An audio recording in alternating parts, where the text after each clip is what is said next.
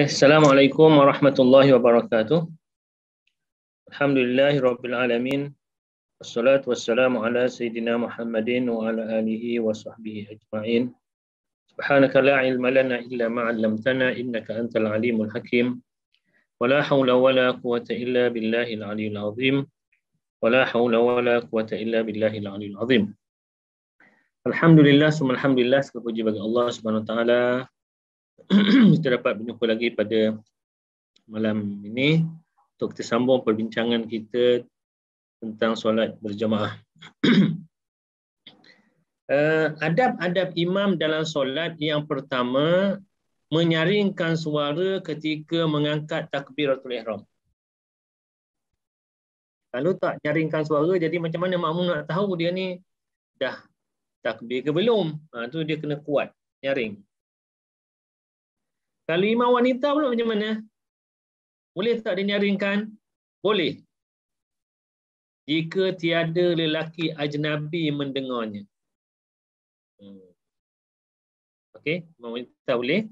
Tapi jangan ada orang luar lah.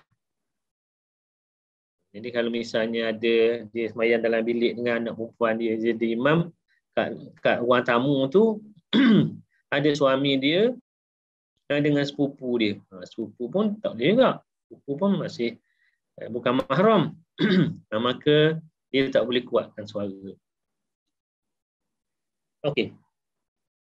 Mungkin ini kita ulang kan. Sunat berdiam saktah seketika sekadar tempoh membaca subhanallah. Ada dalam beberapa tempat yang ni pun rasanya kita dah berlepas dan sebelum ni pun kita ada bincangkan. Okey, maksudnya ialah dia diam sekejap. Yang pertama, tempat diam sekejap tu antara takbiratul ihram dengan iftitah. Okey, dia Allahu Akbar. Diam sekejap baru dia baca doa iftitah. Kemudian antara doa iftitah dengan ta'awuz. Okey. Yang kedua, iaitu dia lepas baca doa iftitah dengan auzubillah tu dia kena ada diam sekejap. Antara ta'awuz dengan al-Fatihah begitu juga, antara auzubillah dengan bismillah. Bukan sambung kan, auzubillahi minasyaitonirrajim bismillah, bukan, dia berhenti. Itu sunatnya, bukannya wajib. Antara Fatihah dengan amin, waladdallin, amin, bukan waladdallin, amin. Terus dia kena ada berhenti sekejap. Yang kelima, antara ucapan amin dengan surah. Okey, apabila waladdallin amin, yang ini imam kena lebih lama dia diam. Lama tu apa? Sekadar makmum boleh habiskan bacaan surah Al-Fatihah. Tak wajib juga benda ni. Tapi adabnya begitulah. Kenapa? Sebab ada perbincangan ulama tentang larangan makmum membaca ketika imam membaca. Sebab ada perbincangan tu. Ada ulama, ada mazhab yang kata tak boleh, melarang. Mazhab kita boleh kalau baca Fatihah, tak apa. Jadi untuk supaya kita keluar daripada khilaf, imam jangan baca lagi surah tu. Jadi di situ kita keluar daripada khilaf. Okey. Yang keenam, antara surah dengan rukuk pun sama, dia ada berhenti sekejap. Okey, yang ketiga, membaca basmalah dengan menguatkan suara dalam solat jahriyah. Okey. Itu mazhab kita. Kita baca bismillah tu kuat sebab ada mazhab yang bismillah tu dia perlahan. Kalau kita pergi Mekah kan, pergi Mekah, Madinah, mana kita ada dengar dia baca bismillah. Tapi bukan dia tak baca, dia baca. Tapi dia baca perlahan. Yang kita dengar, Alhamdulillahi Rabbil Alamin. Tu kita dengar macam tu je. Dia baca bismillah, tapi bismillah tu perlahan, kita tak dengar. Dalam mazhab kita, bismillah tu kuat juga. Yang nombor 4, membaca surah yang panjang pada rakaat pertama dan pendek pada rakaat kedua. Kena macam tu. Itu adab Mana nak terbalik tak apa, tapi itu melanggar adab lah. Taklah membawa pada haram, tidak. Tapi dari segi yang eloknya, rakaat pertama tu surah dia lebih panjang daripada rakaat kedua. Okey, satu peringatan ya, kepada siapa yang menjadi imam, membaca satu surah pendek lebih afdal daripada beberapa ayat dari satu surah walaupun panjang. Okey. Kalau dia baca, katalah dia solat Isyak, dia baca surah Al-Baqarah, Alif Lam Mim, dia baca 20 ayat contohnya. Okey. Dia buat macam tu kan? Dia tak baca habis satu surah Baqarah. Kalau baca habis satu surah Baqarah, dia kalau dia beri salam Assalamualaikum tu memang tak ada seorang di belakang dia. Nak tunggu berapa lama? Sejam. Okey. Membaca surah pendek lebih afdal sebenarnya. Dia baca Alif Lam Mim 20 ayat. Mungkin sampai berapa 10 minit rakaat pertama. Berbanding kalau dia baca surah kuliah ke, surah Wadduha ke, tapi satu surah lengkap, itu lebih afdal dia baca daripada surah yang beberapa ayat daripada surah panjang tak habis surah tu. Okey, jelas itu mana imam lebih baik dia baca satu surah yang lengkap daripada dia baca beberapa ayat daripada surah yang panjang. Lebih baik, lebih afdal. Bukan tak boleh.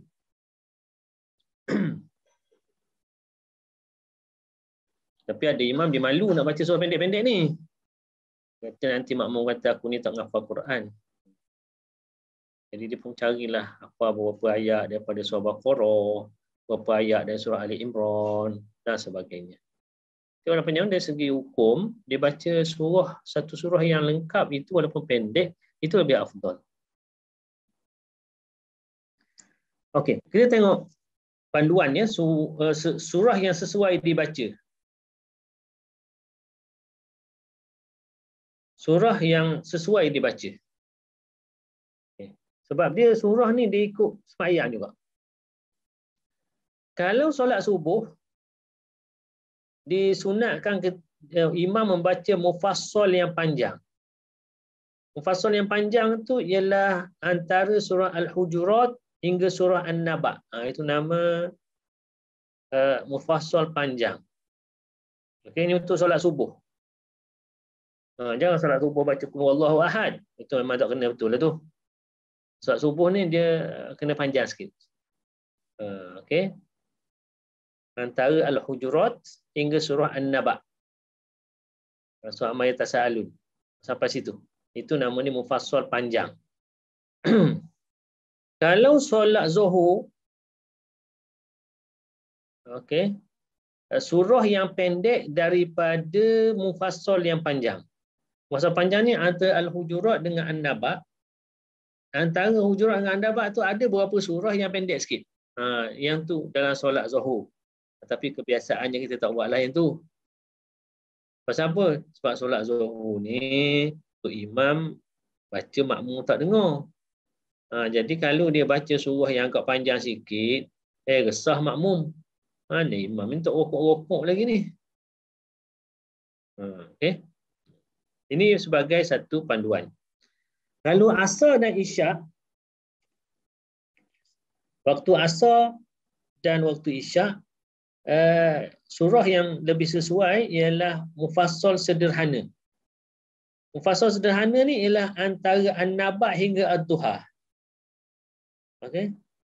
Kita kata juzuk Amma sampai Wad-Duha. Itu mufassal sederhana nama dia. Tak masuk Ad-Duha, tak masuk Ad-Duha, sebelum Ad-Duha. An-Naba sebelum Ad-Duha. Itu mufassal sederhana. Itu sesuai untuk solat Asar dan solat Isyak. Kita tinggal satu tadi. Solat subuh Jumaat. Subuh tu mufassal panjang. Cuma subuh Jumaat ni dia istimewa sikit. Okey, sunat dibaca rakaat pertama as-sajadah surat sajadah, dan rakaat kedua Al-Insan. Okey. Jadi di situ ada sujud sajadah. Jangan tukar dengan surah lain. Jangan tukar surah lain. Dia kata ni sajadah panjang, aku pilihlah ayat lain yang ada sujud sajadah juga. Tak kena. Tak betul tu. Itu orang jahil tu. Okay. Dia kena sebab sajadah ni sunnah. Nabi buat. Okey. Bukannya subuh Jumaat tu kena ada sujud sajadah, tak. Kalau kena ada sujud sajadah, boleh baca surah-surah lain yang ada sajadah. Ada ayat sajadah, tapi bukan begitu. Dia kena baca surah sajadah. Kemudian rakaat kedua kena surah Al-Insan. Okey. Itu sunnah. Bukannya surah sajadah tu bagi dua. Rakaat pertama surah sajadah separuh. Rakaat kedua separuh lagi. Itu tak betul juga. Tak sunnah tu. Kalau nak dapat sunnah, nak ikut sunnah Nabi SAW, rakaat pertama tu as-sajadah, rakaat kedua Al-Insan. Tetapi bukan pada setiap Jumaat. Asal Jumaatnya sajadah insan, sajadah tak. Nabi SAW pun bukan buat begitu. Kadang-kadang Nabi ditukar. Okey. So, rakaat pertama as-sajadah, rakaat kedua Al-Insan. Itu pair dia. Jangan cari surah lain. Ya, so rakaat pertama sajadah, rakaat kedua duha. Tak kena. Dia kena sajadah, yang kedua Al-Insan. Kalau kita nak tukar, ada yang dalam hadis, iaitu rakaat pertama Al-A'la, sabbih isma rabbikal a'la, rakaat kedua Al-Ataka hadisul ghasyiyah. Al-A'la dan ghasyiyah. Kalau nak ambil A'la, rakaat kedua ghasyiyah. Jadi tak adalah sujud sajadah. Okey. Gitu. Kalau solat subuh Jumaat.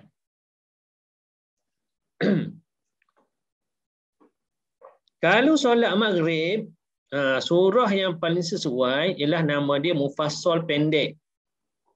Mufassal pendek ini ialah Ad-Duha sampai An-Nas. Itu untuk Maghrib.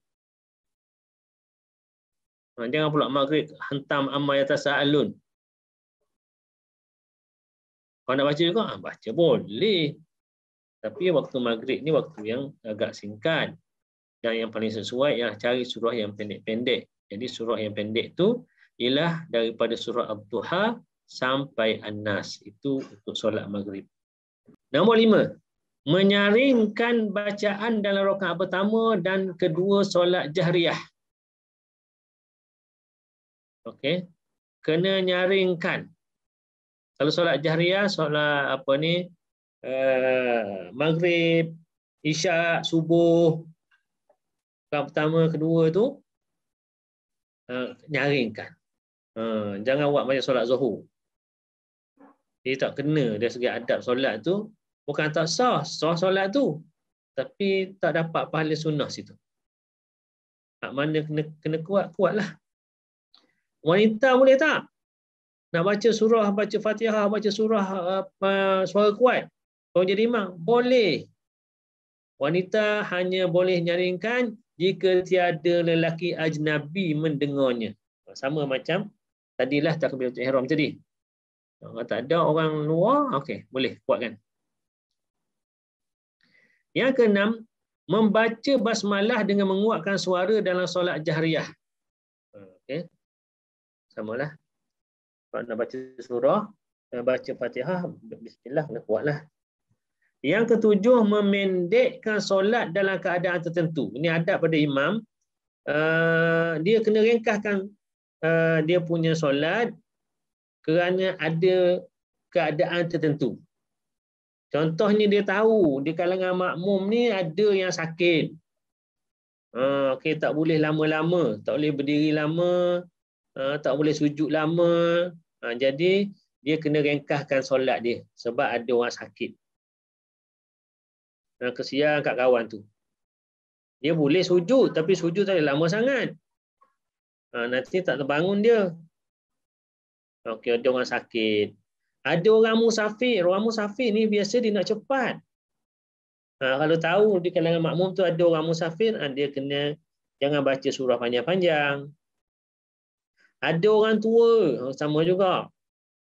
Orang tua dia tak boleh lama sangat. Dengar budak menangis. Ini pernah berlaku pada zaman Nabi SAW. Dengar budak nangis, Nabi pun cepat ringkaskan solat dia tak lama. Dan sebagainya. Kalau tahu ada benda ni, maka kena pendekkan. Tapi kalau kita tengok makmum kita ni semua orang sihat belakang, kita kenal belakang dah makmum belakang tu. Kawan-kawan kita semua yang memang dah orang sihat-sihat belakang. Tak apalah nak panjangkan. Yang ke-8, membaca surah-surah yang dihafal.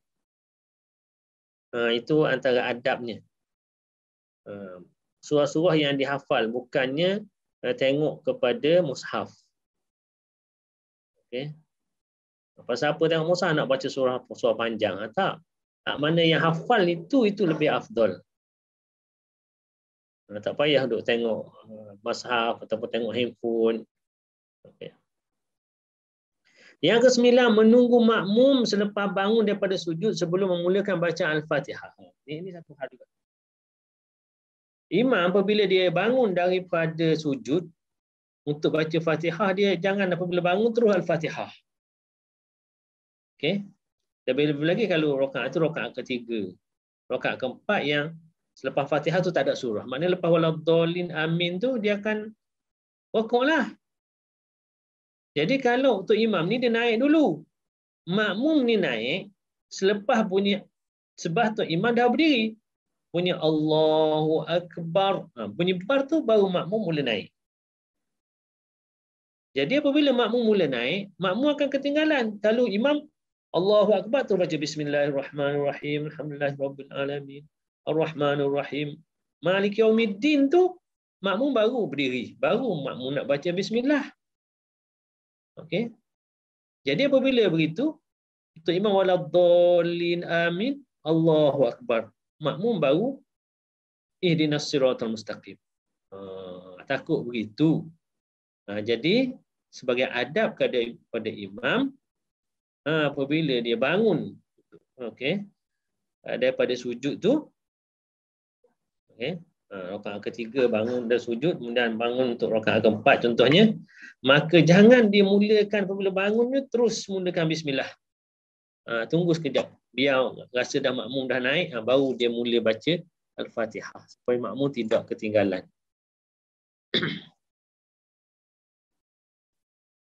Yang ke-10, sunat menyaringkan suara ketika mengucapkan salam kedua. Sebab dia salam pertama tu kira dah habis dah solat dia. Hak wajib dah habis dah. Tapi apabila dia memberi salam kedua, disunatkan juga dia menyaringkan suara. Assalamualaikum warahmatullahi. Assalamualaikum warahmatullahi. Biar makmum dengar. Itu adab imam. Adab makmum pula macam mana? Yang pertama, mengangkat takbiratul ihram selepas takbiratul ihram imam. Okey, mengangkat takbiratul ihram selepas takbiratul ihram imam. Kita kena ingat tadi kita dah belajar yang tentang apa ni? Tentang yang sebelum ni kita kata apa? Muqaranah. Ada lagi tak? Muwafaqah, mutaba'ah, apa semua tu? Ta'akhur. Okey. Jadi takbiratul ihram ni dia tidak boleh musabaqah, makmum tak boleh musabaqah dan tak boleh muwafaqah. Dia kena mutaba'ah. Okey, dia kena mutaba'ah. Ingat lagi kan? Muwafaqah maknanya dia dahulukan. Imam tak takbir, dia dah takbir. Memang tak boleh. Ataupun muwafaqah. Muwafaqah ni, imam tak habis lagi bar, dia dah Allah. Itu muwafaqah. Jadi takbiratul ihram ni, kalau muwafaqah pun, makmum batal sembahyang. Tak sah takbiratul ihram tu. Jadi makmum mengangkat takbiratul ihram tu selepas takbiratul ihram imam. Walaupun kita kata angkat, okey, maksudnya kalau kita angkat tu maksud kita angkat ni lah. Dari segi adab tu, takbiratul ihram tu adalah ucapan. Itu rukun qauli tu. Tapi maksudnya kalau kita angkat takbir, kita angkatlah, makna lepas imam angkat dah letak dah dekat apa ni, imam dah letak dekat dada dia ataupun bawah dada tu yang kita kata tu, baru dia Allah. Macam tu. Yang kedua, membaca doa iftitah. Imam biasanya dia akan baca doa iftitah. Makmum kena baca doa iftitah jugalah. Tapi ini untuk rakaat pertama. Rakaat pertama bersama imam. Kalau kita dah masuk imam rakaat kedua, kita Allahu Akbar, imam Allahu Akbar rakaat kedua, kita Allahu Akbar rakaat pertama. Okey. Jadi macam mana? Boleh kita baca iftitah. Dia macam ni. Dari segi boleh tu boleh. Untuk imam. Kalau imam dah mulakan Al-Fatihah. Kalau imam dah mulakan Al-Fatihah, boleh tak? Okey, dalam mazhab kita boleh. Okey. Tetapi kita kena ingat di sana, yang menjadi perbahasan fuqaha ialah imam baca surah, makmum boleh tak baca Fatihah? Sedangkan Fatihah ni rukun. Itu khilaf. Ada tak membenarkan. Mazhab kita kata rukun, kena buat juga. Membaca doa iftitah ni sunat. Jadi sebaik-baiknya kalau imam sudah memulakan Al-Fatihah, kita diam. Sebaiknya. Tapi dalam mazhab kita kalau nak teruskan tak apa. Okey, tapi sebaik-baiknya untuk lari daripada khilaf, keluar daripada khilaf, kalau untuk imam dah Bismillahirrahmanirrahim tu, kita baca doa iftitah tak habis lagi, berhentilah, tak payah sambung. Itu lebih baik. Tapi kalau orang tu kata tak, saya nak sambung juga, tak ada masalah, boleh. Ni kita nak cerita bahawa yang terlebih baik untuk kita keluar daripada khilaf. Yang ketiga, menumpukan sepenuh perhatian kepada bacaan imam yang dinyaringkan. Kalau imam tu baca nyaring, tumpu pada bacaan imam. Jangan duk ingat benda lain, tumpu. Dengar imam baca tu. Yang keempat, mengucapkan amin serentak dengan imam. Amin ni panjangkan. Okey. A itu boleh panjang, min pun boleh panjang. Dia sebenarnya yang apa ni, kita kena ikut tajwid ni kalau ayat Quran. Okey. Ayat Quran memanglah kena ikut tajwid. Amin ni bukan ayat Quran. Okey. Jadi tak ada masalah nak panjangkan amin. Okey, tak ada apa. Walaupun kita nampak macam amin, tu macam dua harakat je. Okey. Amin. Min tu kalau ikutnya ma'rif li sukun. Okey. Tapi nak lebihkan harakat tak ada masalah. Sebab kalau kita tengok dalam hadis pun bahawa apabila Nabi kata amin, sahabat kata amin tu dalam hadis kata dia memanjangkan. Jadi bolehlah, maksudnya waladhdallin kita amin. Tak ada masalah. Okey. Jangan pendek sudah. Waladhdallin amin. Tu tak kenalah.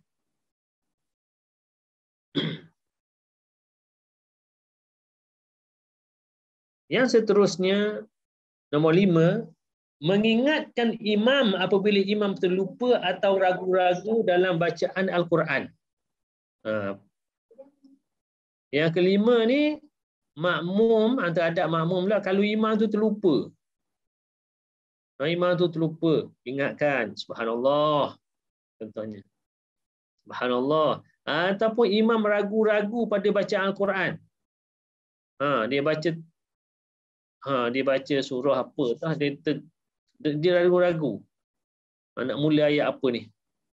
Dia baca tu, dia pun tak berapa ingat.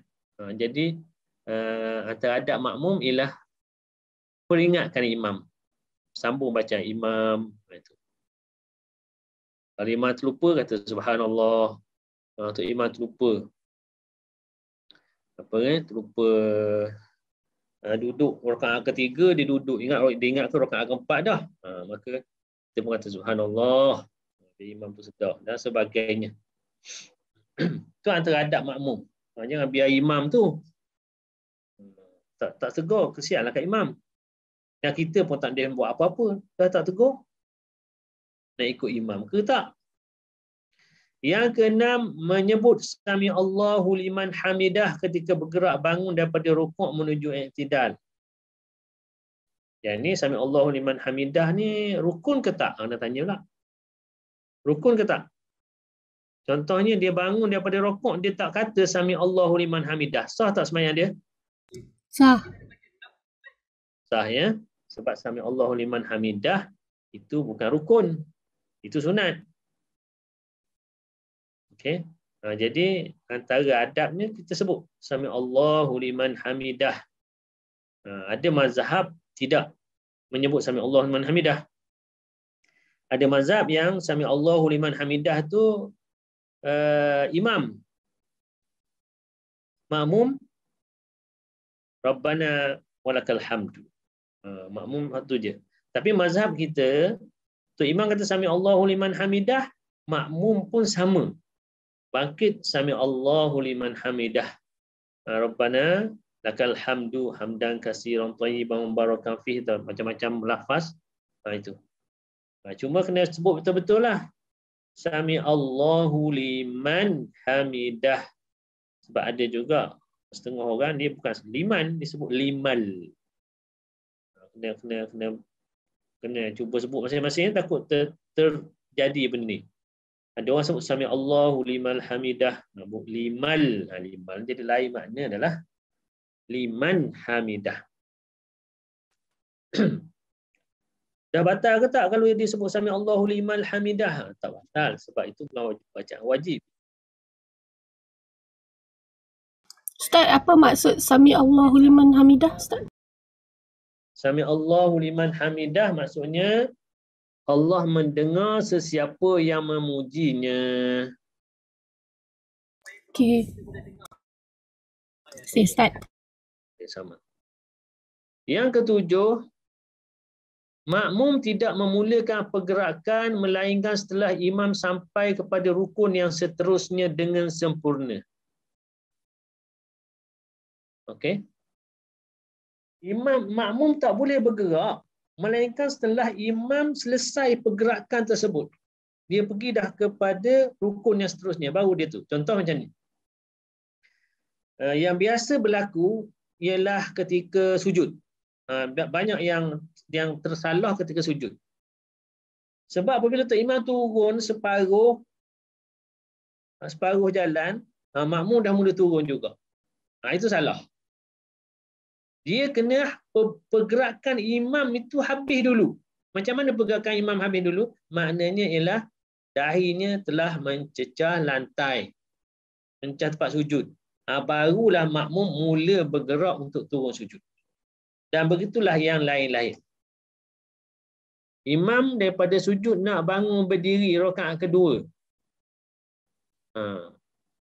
Jangan imam Allah, makmum pun Allah.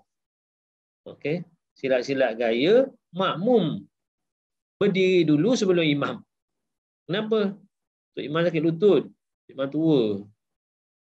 Jadi dia lambatlah sikit, makmum orang muda. Bangun steady je, zoom.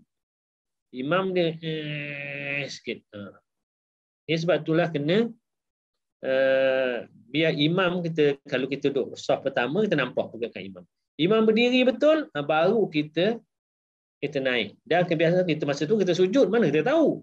Itu kita melalui dengar dia kata akbar tu, lepas bar tu. Sebab tu imam itu apabila nak kata bar tu bila? Apabila dia telah berdiri. Okey. Apabila dia nak mengangkat suara, nak mengangkat kepala daripada sujud tu, sebut Allahu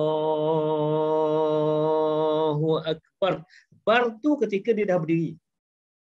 Barulah makmum bangun. Dan makmum tidak akan mendahului imam. Tapi kalau imam kat bawah lagi, Allahu Akbar, memang confirm lah makmum yang muda-muda tu sampai dulu kat atas. Okay. Begitu juga kalau nak turun sujud.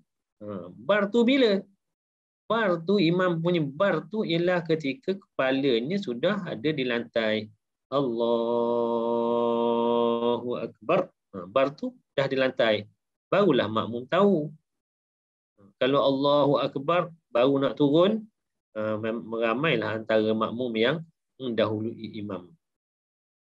Jadi makmum tidak boleh memulakan pergerakan melainkan setelah imam sampai kepada rukun yang seterusnya dengan sempurna. Pergerakan tu pergerakan yang telah sempurna untuk sampai kepada rukun yang seterusnya. Okay. Jelas tak setakat ni? Okey, jelas? Jelas, Ustaz. Yang ke-8 dah, yang 7 je. Adab-adab imam selepas solat. Lepas solat pula macam mana? Habis dah. Dah adab. Lepas solat macam mana? Ni imam ni. Ni cerita tentang imam dulu. Yang pertama, imam tu kekal menghadap kiblat dan membaca zikir. Imam kekal menghadap kiblat dan membaca zikir.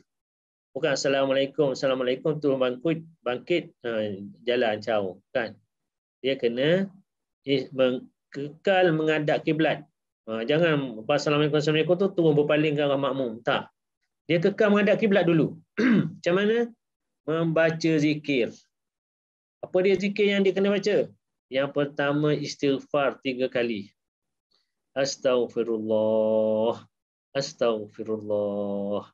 Astaghfirullah. 3 kali istighfar. Nak panjangkan istighfar tak apa. Ada orang astaghfirullahalazim alladzi la ilaha illa huwal hayyul qayyum wa atubu ilaih. Apa pun boleh juga. Tapi kalau kita tengok dalam hadis Nabi astaghfirullah, astaghfirullah, astaghfirullah. Setakat astaghfirullah saja. Nak sambung tak ada masalah. Sebab ni bukan dalam solat. Habis istighfar 3 kali. Untuk solat subuh dan maghrib, okey, subuh dan maghrib, dia ada la ilaha illallah wahdahu la syarikalah, lahul mulku wa lahul hamdu wa huwa ala kulli syai'in qadir 10 kali. Okey. 10 kali.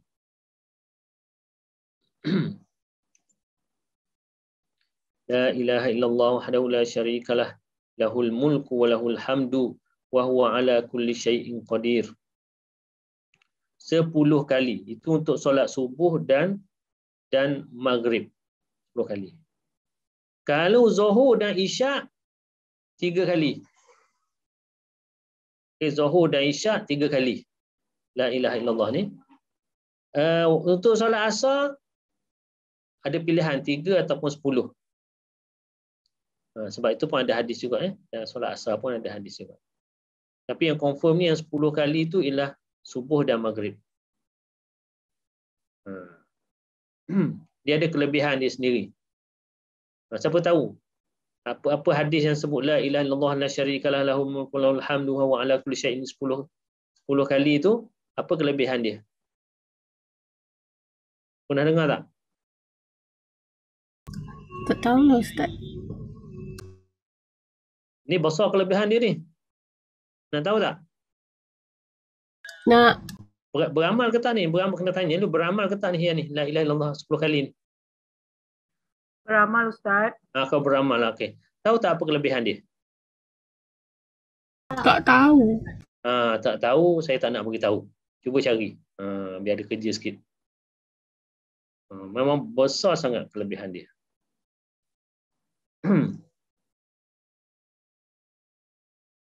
Kemudian 7 kali lepas habis yang ni, Allahumma ajirni minan nar 7 kali.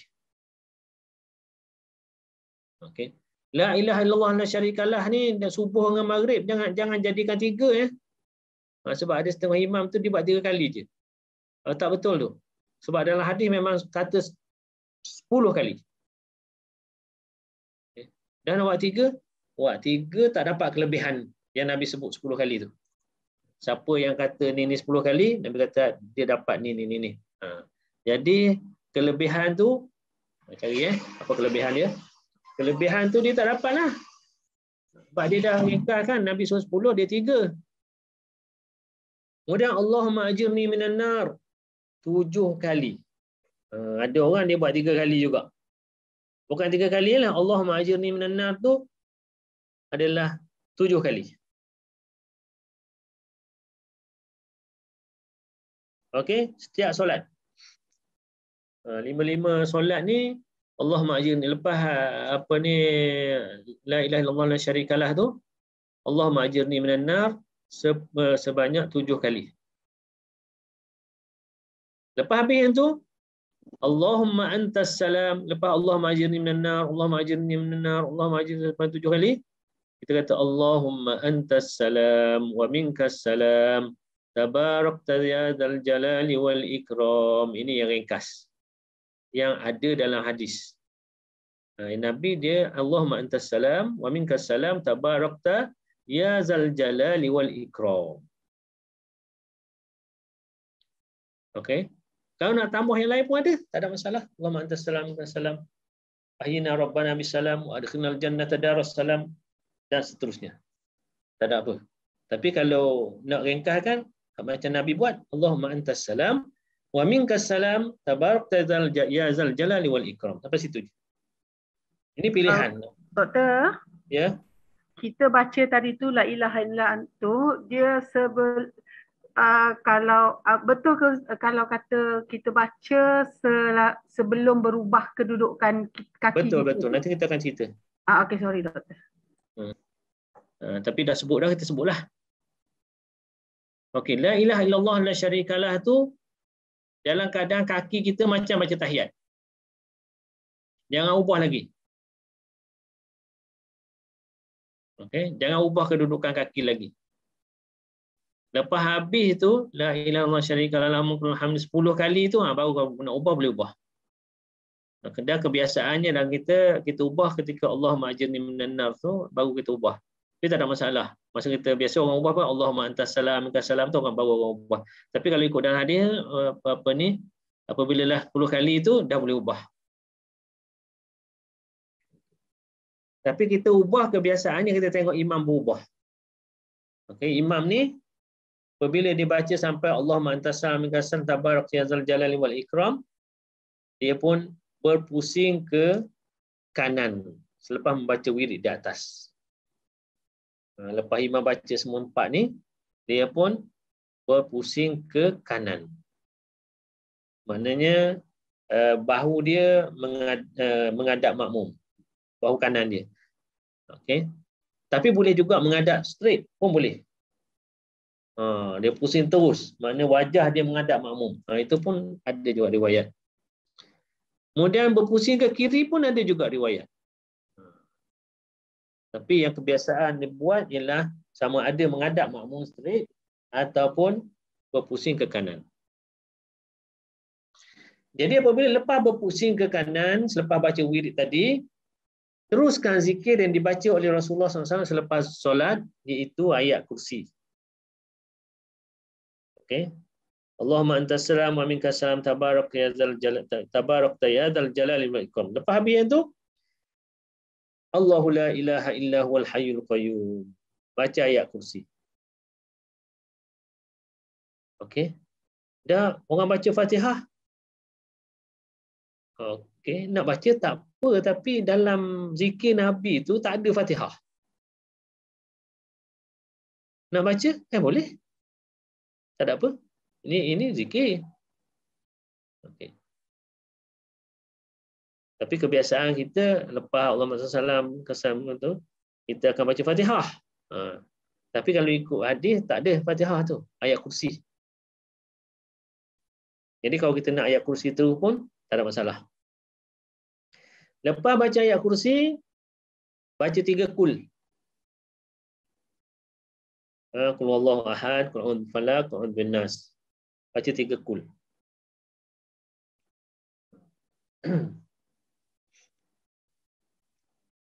Lepas habis baca 3 surah tersebut, 3 kul 3 surah, bukan 3 kul, bukan dia kul 3 kali. 3 surah tu, qul huwallahu ahad sampai habis, qul a'udzu birabbil falaq sampai habis, qul a'udzu bin nas sampai habis. Lepas tu barulah zikir subhanallah 33 kali, alhamdulillah 33 kali, Allahu akbar 33 kali. Kemudian ditutup dengan la ilaha illallah syarikalah lahul mulkul hamd yuhyi wa yumiit wa huwa ala kulli syai'in qadir. Okey.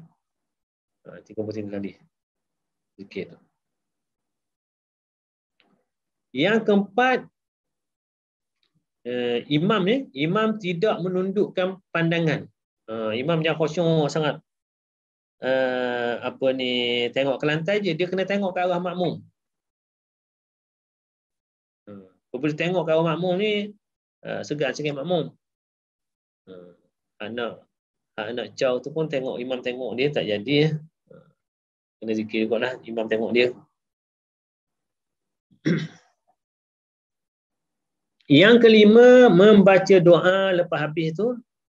Lepas zikir subhanallah, alhamdulillah, Allahu akbar tu, dah habis dah. 33. Maka terus lepas tu ialah membaca doa sambil buah teguh lah. Nanti kan jadi sambal pula. Tengah baca zikir dia tiba-tiba datang sambal. Okey, sambil mengangkat tangan. Okey. Satu persoalan. Tu imam apabila dia zikir lepas solat tu dia pun nak baca doa. Arah mana imam baca doa? Arah kiblat ke tak? Arah makmum, Ustaz. Arah makmum tadi. Jangan pula imam pergi pusing ke arah kiblat pula. Okey. Dia baca, tengok keadaan dia. Kalau dia menghadap ke arah makmum, menghadap arah makmum lah. Kalau sekiranya dia berpusing ke kanan je, ke kanan tu je lah. Ketika baca doa tu. Jadi apabila dengar doa makmum, aminkan.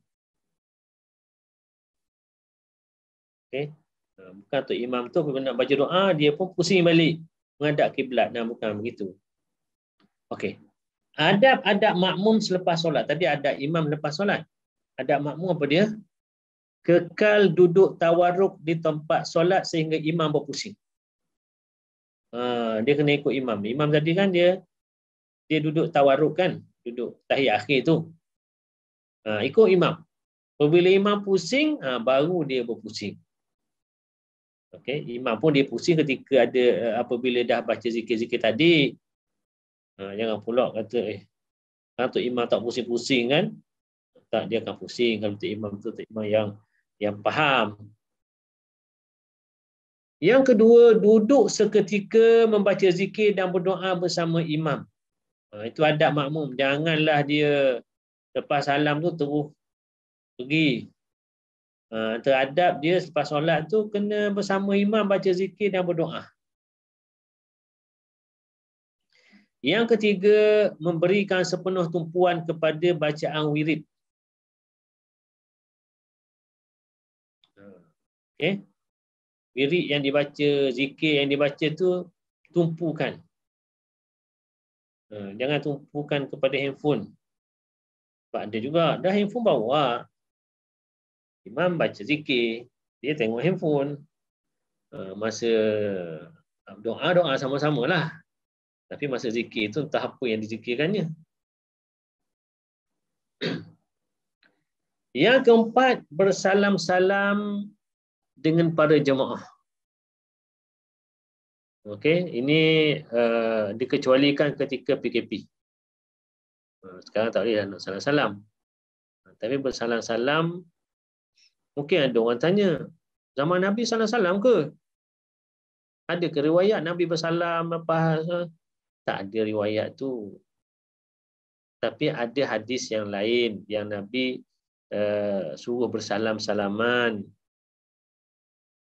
Jadi tak ada masalah. Ini kan di luar solat. Bukan kita salam masa tengah solat. Bersalam ni di luar solat. Bersalam dapat mengeratkan persaudaraan. Di situ adalah pahalanya. Jangan duduk asyik bid'ah aja. Adakah kita nak buat? Maknanya yang itu tak ada dalam hadis. Jadi lepas Assalamualaikum tu, masing-masing caw, masing-masing buat. Tak tegur antara satu sama lain. Sebab apa? Tak ada dalam hadis pun. Salam. Sebab apa? Bid'ah dia kata. Tentu. Okey, kedudukan imam dan makmum. Ni kita tengok nak atur soft pula ni. Jika makmum cuma seorang. Ini lelaki ni. Makmum lelaki ni.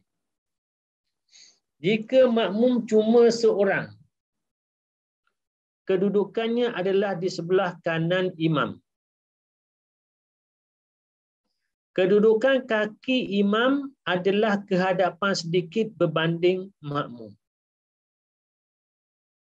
Okay, ini kalau makmum seorang, makmum duduk sebelah kanan imam, kaki dia ke belakang sedikit daripada imam. Maksudnya jari kaki makmum tu selari dengan tumit imam. Bukan macam itulah. Itu cara yang betul. Sebab ada orang di sembahyang 2 orang tapi jauh. Buat macam satu soft pula. Tapi dia seorang-seorang. Itu tak kena macam tu. Tak betul dari segi susunan soft tu. Susunan kedudukan tu tak betul. Kalau makmum itu lebih dari seorang, maka semua makmum tersebut hendaklah berada di belakang imam. Kalau lebih pada seorang, dia kena duduk di belakang imam. Maknanya kena buat satu soft. 2 orang, 3 orang pun kena duduk belakang. Belakang yang jaraknya berapa? 2 hasta. Okey. Cuma ada kes macam ni. Kalau makmum ada 2 orang belakang, masa nak mula-mula sama-sama solat itu tak ada masalah lah, susunlah belakang tu. Tapi masalahnya kalau makmum tu datang tidak serentak. Maksudnya ialah ada seorang makmum berdiri di sebelah kanan imam, dia sembahyang 2 orang je asalnya. Tiba-tiba datang seorang lagi. Macam mana nak buat? Macam mana nak buat? Hak banyak berlaku. Di kalangan kita apa dia orang buat? Dia duduk belakang imam, dia pun cuit orang depan. Cuit orang depan, dia pun apabila orang depan dah undur belakang, dia pun Allahu Akbar. Banyak berlaku macam itulah. Betul cara tu. Dia cuit-cuit orang ni. Betul ke begitu?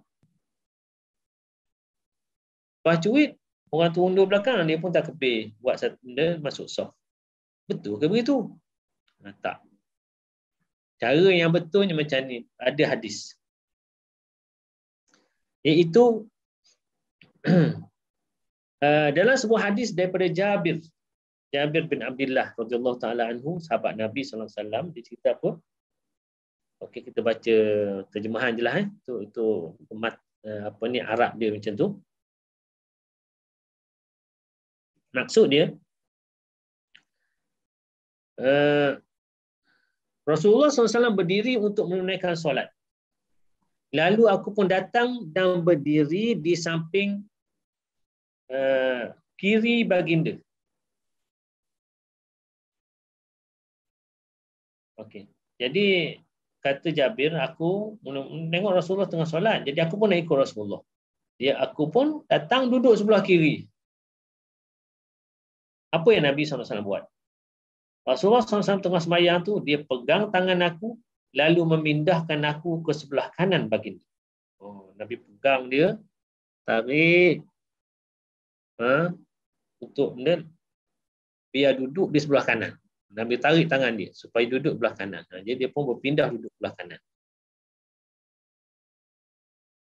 Okey, jadi dia pun duduk dah sebelah kanan. Tiba-tiba datang seorang sahabat lain. Okey. Nama dia Jabbar bin Sakhar. Jabbar bin Sakhar ni dia datang lambat sikit. Dia berwuduk lalu mengikuti solat kami. Jadi apa? Dia berdiri di sebelah kiri Rasulullah SAW. Jadi Jabbar ni bila tengok Jabir, ada seorang nama Jabir, yang kedua ni Jabbar. Jabbar ni datang duduk sebelah kiri. Nampak bayangan? Kanan sebelah, kiri sebelah. Jadi apa Rasulullah buat? Rasulullah SAW pun meraih tangan kami berdua lalu memindahkan kami ke belakang baginda. Jadi Nabi pun pegang tangan kiri Nabi, pegang tangan Jabbar, tangan kanan Rasulullah SAW pegang tangan Jabir, lalu dia tolak ke belakang. Okay, lalu tolak ke belakang. Lalu Rasulullah SAW pun meraih tangan kami dulu lalu memindahkan kami ke belakang baginda. Ini hadis ni riwayat Muslim. Ini berdasarkan hadis ni apa yang kita nak ambil, macam mana cara dia. Okey, maksudnya ialah kedudukan imam adalah di tengah-tengah saf makmum perempuan. Itu bukan yang tadi. Okey. Bukan. Mana tadi? Jadi di sini maksudnya ialah apa yang kita dapat ambil daripada hadis ni, dan itu yang disebut dalam kitab-kitab mazhab Syafi'i. Okey, orang pertama pergi duduk sebelah kanan, ni orang lelaki duduk sebelah kanan. Orang kedua pergi duduk sebelah kiri. Bukan duduk belakang imam. Duduk sebelah kiri. Tanpa dia cuit orang sebelah kanan tu. Sebabnya ialah sebab orang tu duduk sebelah kanan. Apabila dia akad takbir sebelah kiri, orang kanan confirm dia sedar bahawa ada orang baru masuk sebelah kiri tu. Sebab selari dengan dia, mesti dia tahu. Okey. Jadi macam mana nak buat? Ada dua pilihan. Sama ada imam pergi ke depan. Imam pergi ke depan. Imam melangkah ke depan. Jadi yang makmum yang kiri kanan ni, dia pun rapat. Okey, itu satu pilihan. Pilihan kedua ialah imam kekal di situ, kedua-dua makmum ni berundur ke belakang. Berundur ke belakang dan dia orang rapatkan. Pun sama juga. Jadi pilihan yang sepatutnya ialah makmum kedua-dua tu ke belakang. Bukan imam ke depan. Kalau imam ke depan pun boleh juga. Itu cara macam mana nak buat soft tu pada orang yang datang tak serentak dua orang. Jelas tak setakat ni? Boleh bayangkan? Mana orang tak boleh insya-Allah. Boleh nampak boleh, tak? Insya-Allah. Sebab kebiasaan orang kita buat cara lain kan? Betul tak? Okey. Yang seterusnya, kedudukan imam adalah di tengah-tengah saf makmum perempuan. Ini kedudukan imam dan makmum wanita ni. Kedudukan imam dan makmum wanita. Tadi makmum lelaki. Kedudukan imam adalah di tengah-tengah saf makmum perempuan. Dia duduk tengah-tengah. Jika makmum tersebut hanya seorang, maka makmum berdiri di sebelah kanan imam. Okey, dia selari selari dengan imam. Ataupun kawan. Sekiranya makmum wanita ramai, maka makmum berdiri di sebelah kanan dan kiri imam dalam saf yang sama dan bukannya berdiri di belakang imam. Ini saf perempuan ni bukan orang perempuan kena berdiri di belakang. Imam perempuan duduk di tengah-tengah saf sama sahaja dalam saf tu dengan mereka. Okay? Sama je. Maksudnya kalau katakanlah dua orang tengah solat. Imam, okey. Imam, kemudian ada makmum wanita. Makmum wanita tu duduk sebelah kanan imam. Satu selari. Kemudian datang makmum yang kedua. Dia duduk sebelah kiri imam. Itu wanita. Dah tak bergerak, macam itulah kedudukan dia. Berlainan dengan lelaki. Kalau lelaki duduk sebelah kanan, lepas tu duduk sebelah kiri, lepas tu kena mengundur belakang. Dan perempuan tak. Perempuan tetap macam tu, tak mengundur. Dia duduk sebelah menyebelah aja dan selari. Kalau ramai pun macam tu juga. Satu saf tu ramai. Dia imam tu duduk tengah, selari dengan saf tu. Cuma sunat bagi makmum wanita untuk menzahirkan sedikit kedudukan imam di antara mereka dengan berdiri belakang sedikit daripada imam. Itu sunat ya. Tak buat pun tak apa. Kalau selari betul-betul pun okey. Tapi sunat biar tu imam tu nampak lebih sikit je. Biar nampak bahawa dia ni imam, nampak lebih sikit. Itu saja yang perempuan.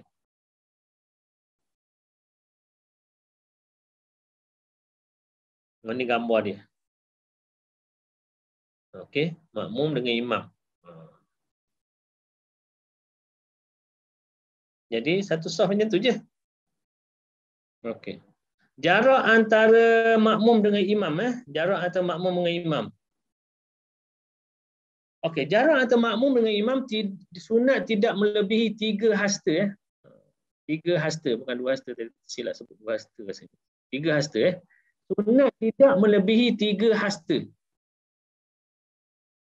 Lebih kurang 3 hasta tu ialah 150 cm. Lebih kuranglah. Dan begitu juga jarak antara setiap saf. 3 hasta. Jarak antara makmum dengan imam 3 hasta. Antara saf pertama dengan saf kedua pun 3 hasta. Sunatnya kalau lebih sah juga. Tapi sunat 3 hasta. Tapi tengok jugalah kalau makmum tu jenis apa ni ketinggiannya apa ni tinggi sangat. Okey, 2,5 meter. Okey. Jadi dia kena jarak sikitlah. Jangan pula dia nanti dia sujud apa ni terkena imam atau kena tengoklah yang sesuai dengan dia punya ketinggian lah. Sah tak kalau sekiranya ketika sujud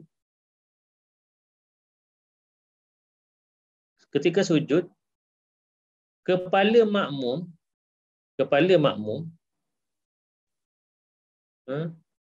lebih hadapan daripada kepala imam. Sah ke tak sah? Cuba bayangkan ketika sujud, kepala makmum lebih ke depan daripada kepala imam. Sah ke tak sah? Tak. Tak, Ustaz. Sah apa tak sahnya? Yang diambil kira ialah kaki, bukannya kepala. Katakanlah yang jadi imam tu orang Kenin. Oh. Yang jadi makmum orang biasa. Ketika sujud, confirm orang biasa tu kepala dia lebih pada imam tu. Tak ada masalah. Yang menjadi ukuran ialah kedudukan kaki, bukan kedudukan kepala. Ialah kaki. Saya tak kata kaki tadi kan, saya kata kepala kan. Soalan tadi, boleh tak kepala makmum tu ke depan lebih pada kepala imam?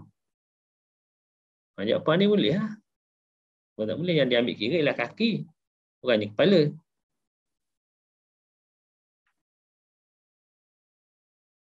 Betul, Ustaz.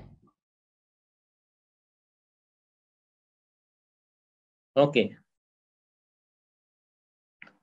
Ini pun kita dah terangkan, apabila imam dan makmum berada di kawasan yang luas seperti tanah lapang dan sebagainya, disyaratkan jarak antara keduanya tidak melebihi 300 hasta Hashimi, iaitu 150 meter. Jangan jarak tu jauh antara imam dan makmum. Kalau tidak sah ikutan tu. Tapi benda ni disebut dalam kitab fiqh, tapi orang tak buat. Biasanya orang imam makmum ni dekat-dekatnya tak sampai 150 meter jarak. Imam seorang-seorang sayu depan tak adalah. Jika imam dan makmum masing-masing berada dalam bangunan yang berlainan seperti dua buah rumah atau sebuah rumah dan halaman, maka selain daripada syarat yang tersebut di atas, sah daripada satu binaan ke binaan yang lain mestilah bersambung. Ini kita dah terang dah bahawa ni. Kalau misalnya dua bangunan, dia disyaratkan sah dia kena bersambung. Yang seterusnya, imam berada dalam masjid dan sembahyang makmum pula berada di luar masjid. Disyaratkan jarak antara tepi dinding luar masjid dengan tempat berdiri makmum yang terdekat di luar masjid tidak melebihi 300 hasta Hashimi. 150 meter. Dia kalau dalam masjid tak ada masalah. Imam duduk dekat dekat tu imam tu. Makmum duduk belakang dekat dengan pintu nak keluar. Okey. Lebih pada 300 hasta. Tak apa dalam masjid. Walaupun tak ada orang buat. Ini apa ni kita kata, sekiranya. Tak ada masalah. Kalau makmum berada di luar masjid pula, diukur macam mana? Di luar masjid, dia kena ukur dia tidak lebih daripada 300 hasta. Daripada mana? Daripada luar masjid tu. Daripada bangunan masjid tu. Dinding masjid tu, dan kena kira 300 hasta. Ni pun tak berlaku juga. Mana ada orang semayang jauh-jauh. Biasa orang semayang tu dekatlah dengan masjid tu. Ini dalam kitab fiqh. Mana benda tu tak berlaku pun. Cara membuat saf. Cara membuat saf yang pertama, penuhkan saf pertama dahulu. Okey, penuhkan saf pertama terlebih dahulu. Jangan buat saf lain lagi, buat saf pertama dulu. Okey, dah penuh saf pertama baru boleh buat saf kedua. Penuh saf kedua baru buat saf ketiga. Jangan kita apabila tak penuh lagi dah buat saf baru. Bukan tak sah, tapi tak afdal lah macam tu. Okay. Saya dah sebut dulu ni, kalau kita pergi masjid UAE tu memang boleh kata sentiasa berlaku. Orang yang datang kemudian ni dia sebab dia nak mungkin dia nak kejar apa ni rokok imam kot. Kalau dia buat kira-kira dah, kalau dia pergi ke bahagian kanan ataupun kiri saf depan tu, memang dia tak akan dapat rokok dengan imam. Jadi apa yang dia buat? Dia buat hak baru. Dia duduk belakang tu Allahu Akbar seorang-seorang. Apabila begitu, orang hak diam pada dia, situ juga. Jadi yang sana masih kosong, yang saf pertama ataupun saf kedua tu masih kosong. Dia dah saf ketiga, keempat tu dah ada saf baru. Itu tak kena situ. Itu walau kita datang lambat sekalipun tengok saf dulu. Oh, ada ujung 1 kosong. Pergi situ dulu. Walaupun tak sempat rokok bersama imam. Okey, tak apalah jadi masbuk pun tak apa. Yang penting dapat jemaah dan dapat kelebihan saf kat situ.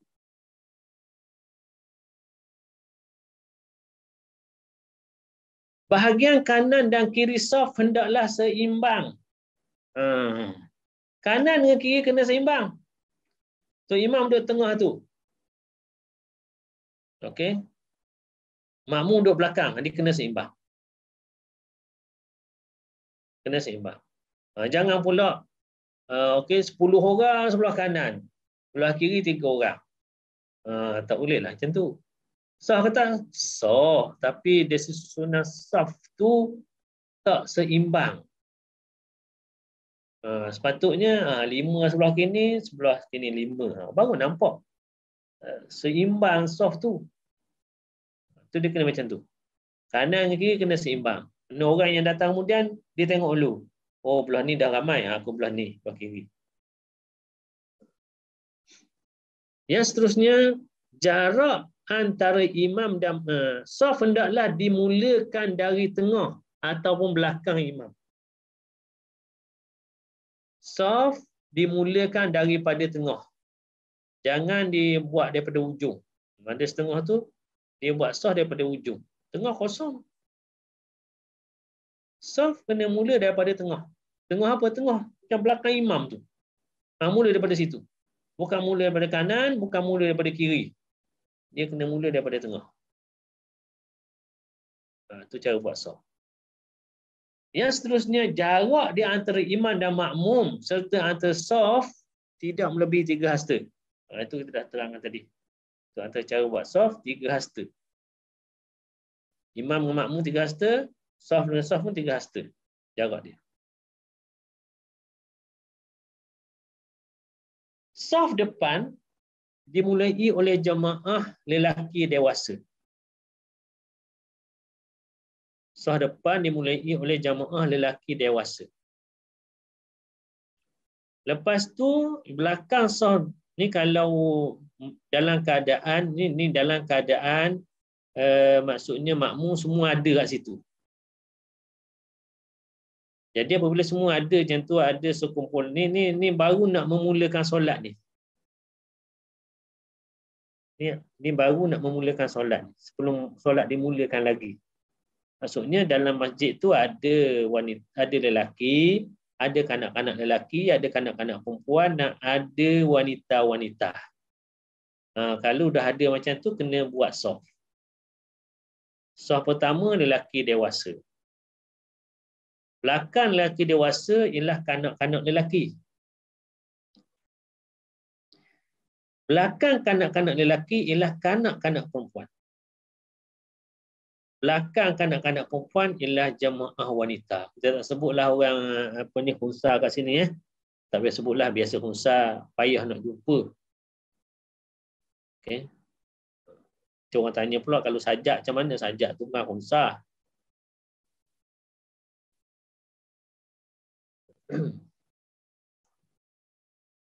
Okey. Jadi, saf lelaki, kanak-kanak lelaki, kanak-kanak perempuan, jemaah wanita. Okey. Pasal apa kena buat macam tu? Kurang-kurangnya ada, kita katalah depan tu ayah-ayah, belakang tu mak, jadi tengah-tengah tu anak-anak.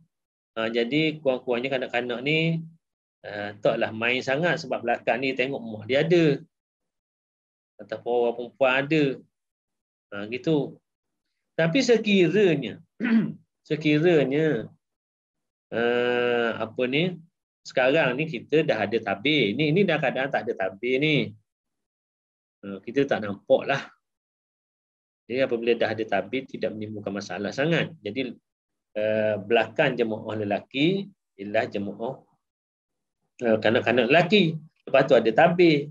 Kanak-kanak perempuan, wanita. Okey.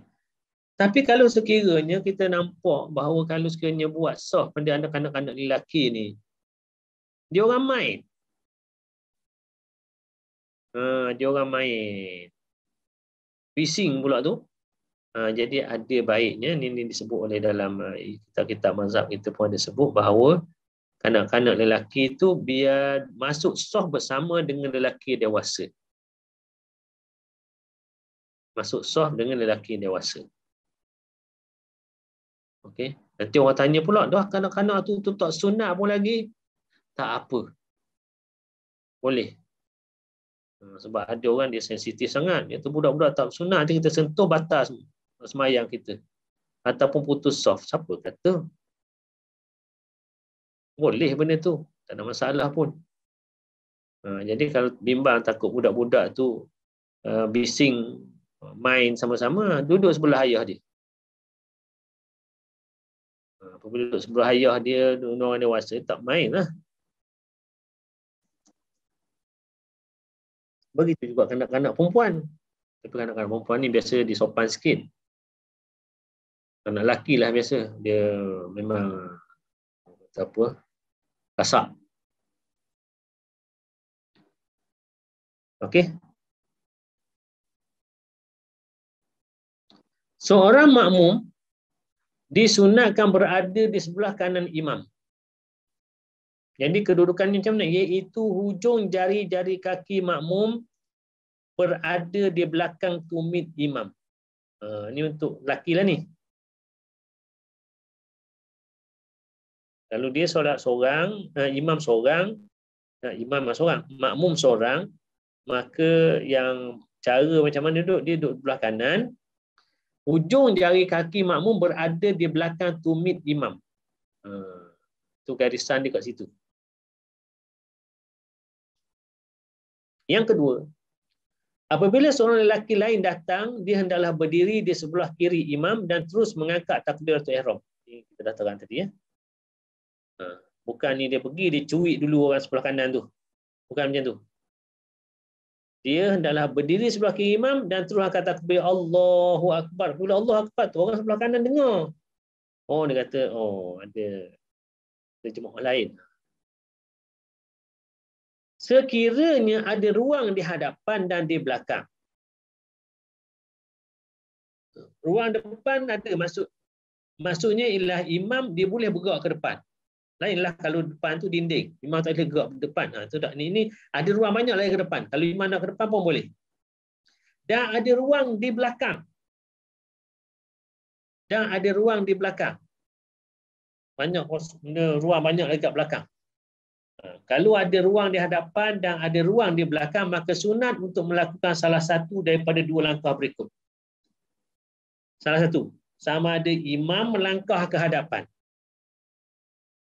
Imam melangkah ke hadapan atau kedua-dua makmum itu melangkah ke belakang. Kita terang tadi kan? Mana kalau depan imam tu ada ruang kosong lagi.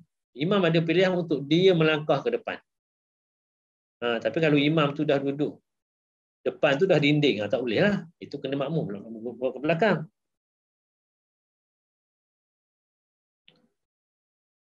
Begitu juga kalau sekiranya imam itu dia duduk belakang makmum tu dah ada dinding. Makmum nak melangkah, nak undur ke belakang dah tak boleh. Tapi imam ada lagi ruang. Ketika itu imam lah kena ke depan. Jangan dia nak harap makmum ke belakang, makmum tak boleh dah sebab ada dinding. Jadi kalau ada ruang depan, ruang belakang ada, sama ada imam melangkah ke depan atau kedua-dua makmum itu melangkah ke belakang. Mana lebih afdal? Namun kedua-dua makmum lebih afdal untuk berundur ke belakang. Okey, apabila dua-dua makmum itu berundur ke belakang, setelah itu barulah kedua-duanya merapatkan kedudukan mereka untuk membina satu saf. Okey.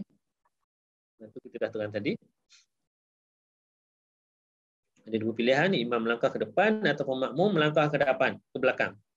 Tapi yang lebih afdal biarlah makmum yang melangkah ataupun berundur ke belakang. Dia mundur dua-dua tu, kemudian dia pun rapatkan. Jadilah saf ke belakang imam.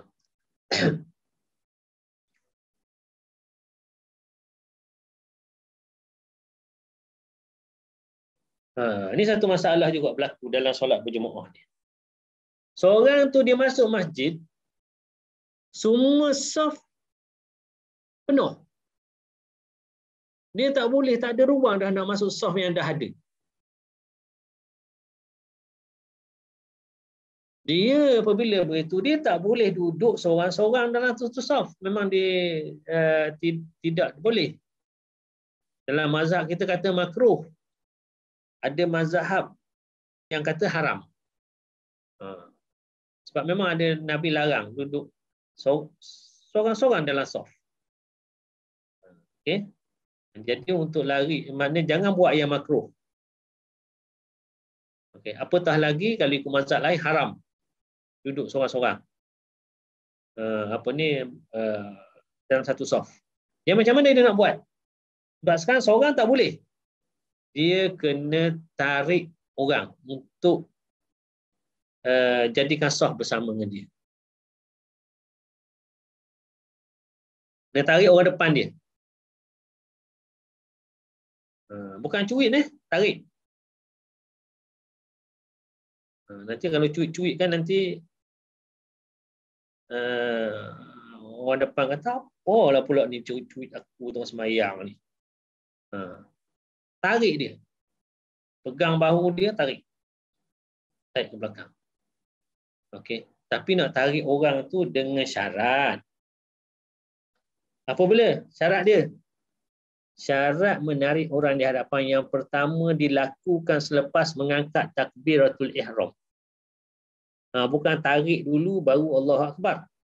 Allahu Akbar kat belakang dia tu. Baru pegang tarik. Itu yang pertama. Yang kedua, orang yang ditarik bersetuju untuk ke belakang. Mana kita tahu? Tariklah dulu, tengok dia setuju tak setuju.